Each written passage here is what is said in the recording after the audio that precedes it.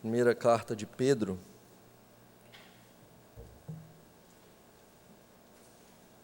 capítulo 2, versos 18 a 25. Diz assim a palavra do Senhor: servos, sede submissos com todo o temor ao vosso Senhor, não somente se for bom e cordato, mas também ao perverso. Porque isto é grato, que alguém suporte tristezas, sofrendo injustamente por motivo de sua consciência para com Deus. Pois que glória há, se pecando e sendo esbofeteados por isso, o suportais com paciência? Se, entretanto, quando praticais o bem, sois igualmente afligidos, e o suportais com paciência, isto é grato a Deus. Porquanto, para isso mesmo fostes chamados, pois que também Cristo sofreu em vosso lugar, deixando-vos exemplo para seguirdes os seus passos, o qual não cometeu pecado, nem dolo algum se achou em sua boca, pois ele, quando ultrajado, não revidava com ultraje, quando maltratado, não fazia ameaças, mas entregava-se àquele que julga retamente, carregando ele mesmo em seu corpo, sobre o madeiro, os nossos pecados, para que nós, mortos para os pecados, vivamos para a justiça. Por suas chagas fostes sarados, porque estáveis desgarrados como ovelhas, agora, porém, vos convertestes ao pastor e bispo da vossa alma. O tema da mensagem dessa manhã é um novo estilo de vida, submissão. Um novo estilo de vida, um estilo de submissão. Sendo santos em meio a um mundo incrédulo. E Pedro já passa a abordar isso a partir do verso 11, quando ele diz desse novo estilo de vida que devemos ter frente às autoridades. E nesse segundo momento ele vai tratar nas relações de trabalho, nessas relações da nossa vida, e na sequência ele vai falar dos deveres com relação ao casamento. E sempre nessa questão da submissão. Submissão às autoridades, submissão ao Senhor, submissão no casamento. E Paulo fala desse novo estilo de vida, um estilo de submissão. Baseado numa história real, tem um filme que foi feito chamado Até o Último Homem, que ele conta a história real de um homem chamado Desmond Thomas Doss, que ele se alista para o exército, para a Segunda Guerra Mundial.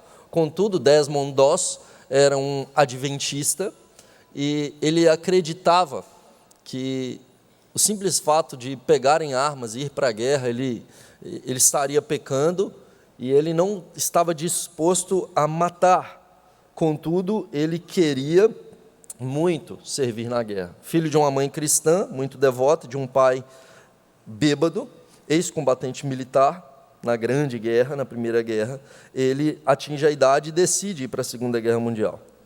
Mas ele recusa-se a pegar em armas e a matar pessoas.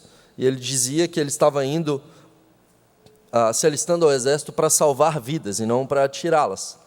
E por conta disso ele sofre bastante. Ele é considerado como opositor consciente, contudo ele é acusado de traição à corte marcial. Ele é desmoralizado frente aos seus companheiros. E em todo treinamento, ele sofre perseguição por parte do seu sargento e do seu capitão, extremamente perseguido pelos seus superiores, que humilham Desmond Doss. Fazem que todo o batalhão sofra por causa dele, dizendo que aquele homem ele não pegaria em armas. E como, então, que ele poderia defendê-los? E o seu sargento, em um determinado momento, diz: então eu imploro a vocês, dizendo ao batalhão, não esperem que ele, o Desmond Doss, salve vocês no campo de batalha, porque ele estará, sem dúvidas, muito ocupado lutando com sua consciência para ajudar. E por conta disso ele apanha diversas vezes dos seus companheiros, mas ele permanece no seu treinamento. Em momento algum ele se revolta contra os seus superiores. E ele diz: eu fiz tudo o que pediram, exceto uma coisa. Me tratam como um criminoso porque eu não quero matar. Um homem que foi perseguido, mas que manteve-se firme. Ele não se revoltou, mesmo diante do sofrimento, né? O filme mostra isso, e é uma história real. Desmond Doss permaneceu no exército, permaneceu no treinamento até o fim. Hoje, na nossa cultura, uma cultura pós-moderna, a ênfase grande que nós temos e que é defendida diante de nós é nessa questão meramente de igualdade de direitos. E, de fato, isso é algo pelo qual nós devemos lutar. Mas ninguém mais fala de sacrifícios, de nós estarmos dispostos a abrir mão, de nós estarmos dispostos a sofrer o dano. Isso não é algo visto como sendo legítimo para os cristãos. Normalmente, o que se enfatiza é: nós devemos brigar pelos nossos direitos, nós devemos batalhar pelos nossos direitos, nós devemos ir até as últimas consequências para isso. Isso não é justo. E Pedro está falando justamente disso. E quando as coisas não forem justas? E quando nós sofrermos, sendo justos? Como que nós devemos reagir sendo cristãos, uma vez que nós fomos regenerados? É disso que Pedro fala aqui em 1 Pedro 2, 18 a 25. Em primeiro lugar, então, ele dá uma ordem para a submissão. Veja o que diz o verso 18. Servos, sede submissos, com todo temor ao vosso Senhor. Não somente se ele for bom e cordato, mas também ao perverso. Então Pedro, em primeiro lugar, dá uma ordem para a submissão. Uma vez que nós fomos regenerados, uma vez que o Senhor nos chamou e nos transformou e nos salvou, e nós nascemos de novo, e nós temos uma nova natureza, nós somos chamados à submissão, a um estilo de vida de submissão. O nosso estilo de vida agora não é de rebeldia, não é de querer brigar meramente por querer fazer valer o nosso direito. Pelo contrário, nós nos tornamos mansos, nós nos tornamos dominados pelo Senhor, nós nos tornamos pessoas que entregam nas mãos do Senhor os seus direitos. E Pedro coloca essa questão de relação de trabalho. Os servos aqui, a palavra grega usada é os oiketai. Oiketai são os servos da casa, oikos no grego é casa. Então são aqueles que servem na casa. Não são os douloi, né, que seriam os escravos em geral, mas aqui ele está especificamente falando daqueles que servem na casa, aqueles que estão servindo aos seus senhores, aos donos da casa, então aqueles que servem esse dono da casa. E Pedro faz essa exortação porque dentro do Império Romano, se a gente considerar a sociedade romana daquela época, provavelmente ela era constituída de cerca entre 25% e 40% da população eram de escravos. 25% a 40% da população era uma população formada por escravos. Escravos eram adquiridos como despojos de guerra, os filhos de escravos automaticamente eram propriedade dos seus senhores, e as pessoas poderiam até mesmo ser vendidas como escravos para quitar dívidas e obrigações. E a gente vai ver isso, inclusive, dentro do contexto da lei, quando pessoas tinham que trabalhar para pagar as suas dívidas, de forma justa. Então não era um tipo de servidão injusta, mas um tipo de servidão justa, no sentido de quitar as suas dívidas por um período de tempo. Durante aquele período de tempo, ele recebe, ele se alimenta bem, ele tem toda essa relação de trabalho, contudo, parte do que ele recebe é voltado para quitar a sua dívida.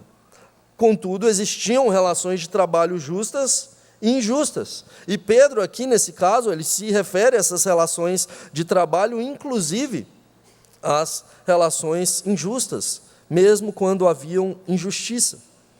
E o que Pedro nos ensina é que, quando há injustiça da parte dos outros, nós não temos liberdade para sermos injustos. A dificuldade que nós sofremos deve ser apresentada diante de Deus. E aí Pedro usa essa questão de pessoas que estavam sendo perseguidas no trabalho, sofrendo injustamente. Em um determinado momento, o Desmond Doss, justamente por conta de ser um opositor de consciência, os seus companheiros, numa determinada noite, cobrem o seu rosto e o espancam durante aquela noite. E aí, todo machucado, ele volta para sua cama, ele tem que ir para ser tratado na enfermaria, e ele não presta sequer uma queixa. Ele simplesmente permanece ali, e o seu sargento questiona quem é que fez isso. Aquele rapaz fica calado, ele não se defende e se mantém. E em todo esse comportamento, Desmond Doss ele vai ensinando algumas coisas para os seus superiores e para os seus companheiros. E o texto bíblico vai dizer que sede submissos com todo o temor ao vosso Senhor. E esse temor não é um temor no sentido de temer ao Senhor, mas de temor a Deus, de servir como servindo a Deus. E veja que Pedro não está defendendo a questão da escravidão, como alguns tendem a pensar quando leem o Novo Testamento, mas ele está falando de relações de trabalho justas e injustas. Então, mesmo quando há injustiça, da nossa parte como cristãos, nós não somos chamados à revolução.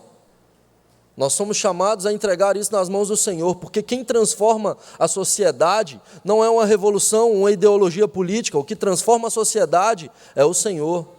E o que muda o Império Romano e o que muda a sociedade não é uma revolução realizada, é o cristianismo. O que transforma a sociedade, e hoje, se nós temos um direito mais igual, é porque ele foi extremamente influenciado pelo cristianismo, que se expande pela proclamação, e é isso que Pedro está falando aqui. Que vocês testemunhem, que vocês apontem para aquele que pode transformar o Senhor de vocês. O que pode acabar com o islamismo no mundo não é a gente jogar uma bomba lá e explodi-los e reagir da mesma maneira. É proclamar Cristo, aquele que pode libertá-los e mudá-los. E Pedro trata disso nas relações de trabalho. E quando eu trabalho, eu não tenho que trabalhar como para o meu Senhor, mas como para Deus. Meu Senhor no sentido, o Senhor do escravo. Eu tenho que trabalhar para o meu Senhor, meu Deus. E um comentarista, o Howard Hendricks, ele conta uma história que uma vez ele estava em um avião, aguardando na pista para decolar, e os passageiros cada vez mais impacientes, e ele percebe então que um dos passageiros, extremamente frustrado, irritado, ele desconta toda a sua raiva e frustração na aeromoça. E aquela aeromoça então, calmamente, graciosamente, responde de forma graciosa àquele passageiro, apesar de todo o seu abuso. E depois que eles decolam e as coisas se acalmam, o Dr. Hendricks, ele chama essa aeromoça ao seu lado e ele diz: eu gostaria do seu nome completo para escrever uma carta de recomendação ao seu empregador. E aquela aeromoça responde para ele: obrigado, senhor, mas eu não trabalho apenas para a American Airlines. Eu trabalho para o meu Senhor Jesus Cristo. Então ela passa a explicar que antes de cada voo, ela orava juntamente com seu esposo para que pudesse glorificar o Senhor no seu trabalho, buscando agradar a Deus em primeiro lugar. Nós não trabalhamos com o intuito de servir meramente a outros. Em primeiro lugar, nós cumprimos o primeiro mandamento de amar a Deus acima de todas as coisas. Nós trabalhamos como para o nosso Senhor.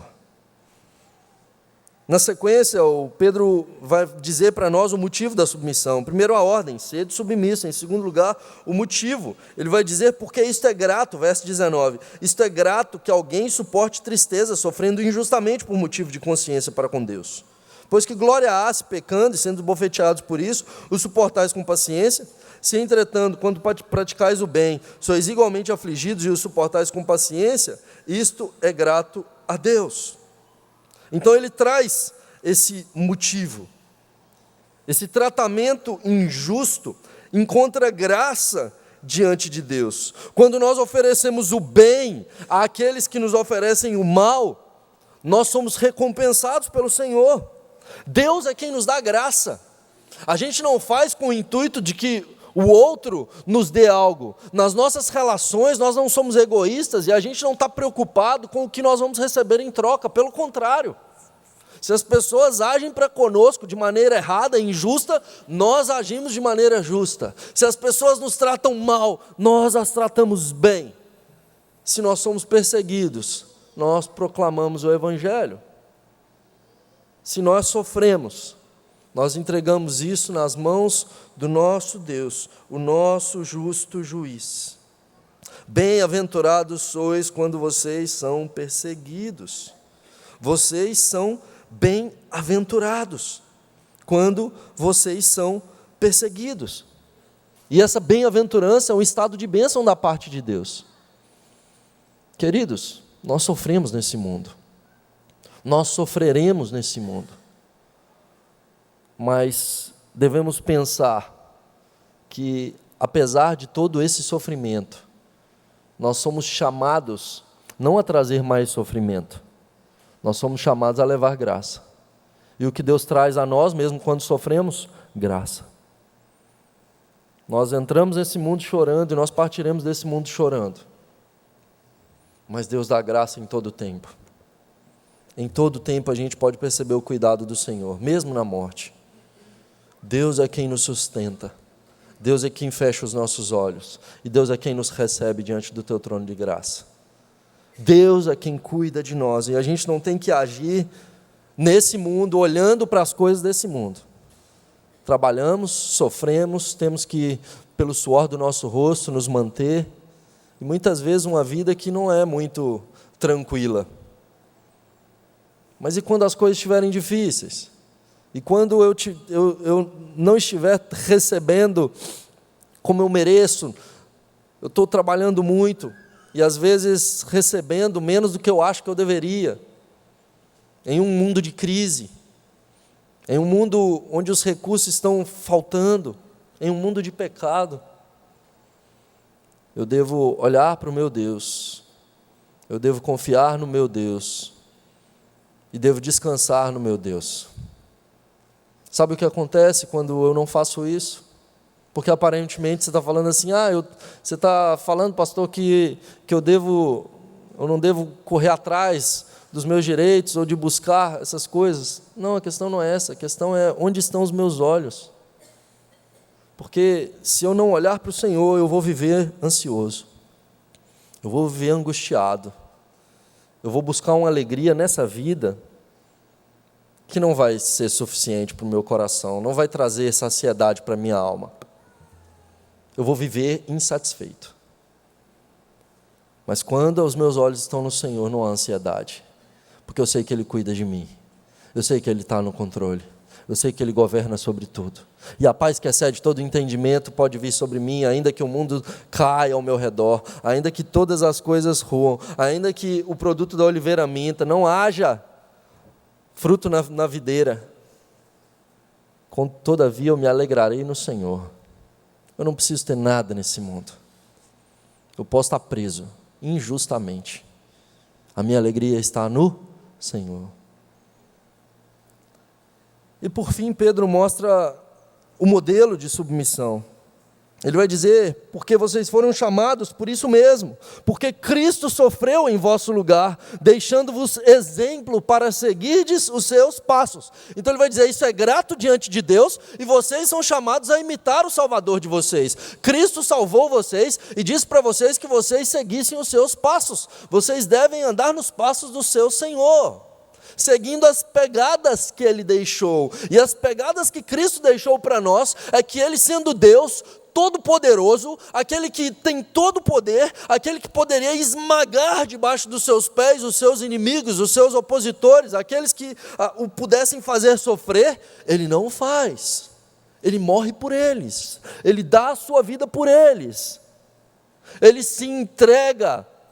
E mesmo sendo perseguido injustamente, mesmo sofrendo injustamente, mesmo sendo totalmente santo. Ele morre no nosso lugar, sem pecado, sem dolo algum em sua boca. Quando ultrajado, não revidava com ultraje. Quando maltratado, não fazia ameaças. Você sabe com quem você está falando? E ele podia falar isso. Ele era todo poderoso. Ele não o faz. Antes ele carrega ele mesmo em seu corpo sobre o madeiro os nossos pecados, para que nós, mortos para o pecado, vivamos para a justiça, e por suas chagas nós fomos sarados. O que Pedro nos ensina é que por causa do sofrimento de Cristo nós fomos curados, nós fomos salvos, e nós somos chamados a andar nos seus passos, porque se sofrendo isso puder chegar, fazer com que outros conheçam a Cristo. E é isso que Paulo vai dizer lá em Colossenses, quando ele diz, eu completo no corpo o que resta dos sofrimentos de Cristo. Quando a gente vê, por exemplo, Paulo, quando ele está na cidade de Filipos, e ele é perseguido, e ele é preso porque ele expulsou o demônio daquela jovem adivinhadora, trazendo libertação para ela, e ele vai preso, e ele é açoitado injustamente, sendo cidadão romano, ele não tem sequer um julgamento, ele é açoitado e preso. Diz o texto bíblico que ele não se revolta, mas ele é um instrumento de Deus para a salvação do carcereiro e de sua família. Nós somos chamados a imitar o nosso Redentor, nós somos chamados a andar nos seus passos. Ele se entrega ao Senhor, ele confia no Senhor, e como ele age diante das circunstâncias que vão contra ele, ele não comete pecado. Então as injustiças desse mundo não dão para nós liberdade para que a gente peque. Se alguém age de forma errada conosco, isso não nos dá liberdade para que a gente aja de forma errada. Mas ele fez isso. Se as pessoas querem nos entregar lixo, você só recebe o lixo se você aceitar ele. Se alguém quiser te entregar o lixo na sua mão, você só recebe se você aceitar. Nós não devemos aceitar o lixo e jogar lixo nos outros e transformar tudo em grande lixo. Quando as pessoas quiserem jogar lixo, entregar lixo, despejar lixo, a gente é chamado a devolver com uma flor. Quando alguém quer me xingar, eu devolvo com uma palavra de bênção. Quando alguém deseja o meu mal, eu devolvo com uma palavra desejando o seu bem. Eu lembro quando a gente estava plantando, na plantação nossa lá em Diadema, no nosso segundo ano, eles picharam a porta da nossa igreja, e aí o diácono da igreja, ele havia se convertido lá, e eu e ele estávamos pintando aquela porta, e muito chateados, porque a porta era difícil de pintar, a gente não tinha dinheiro para chamar alguém para poder pintar. Então a gente comprou uma tinta lá e estava pintando, né, daquele jeito que a gente sabia, mas muito difícil, que era aquela porta que gira, né, que sobe, desce e tal. E a gente pintando ali e tal, nós dois, ali um do lado do outro, meio chateados. E aí, esse diácono meio que resmungando, aí eu, chateado, aí eu falei com ele, eu falei, tomara que esse cara que pichou esse portão, tomara que Deus alcance ele e ele converta, e ele seja membro aqui dessa igreja, para ele pintar essa porta aqui inteira.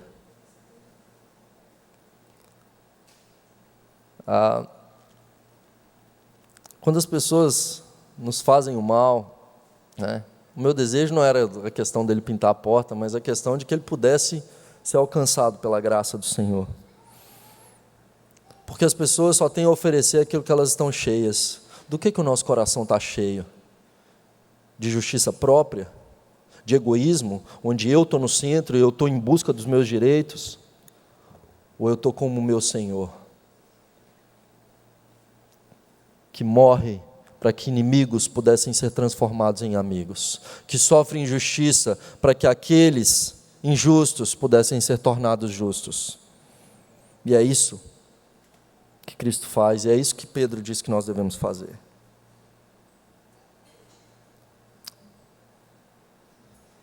Porque vocês se converteram ao pastor e bispo da vossa alma. E aí ele vai dizer que Ele é quem nos pastoreia e Ele é quem cuida de nós. E se Ele cuida de nós, nós não precisamos nos preocupar com mais nada. Ele pastoreia a nossa alma. Ele cuida de nós, mesmo no nosso sofrimento. O Supremo Pastor é quem cuida das suas ovelhas e voltará para buscá-las. Para concluir, o Desmond Doss, ele não desiste. Mesmo caluniado, perseguido, sofrendo ameaças, ele persevera em servir os seus compatriotas. O seu desejo era poder salvar vidas. Ele termina o treinamento, ele vai para o Japão, para a guerra, para trabalhar na ala médica.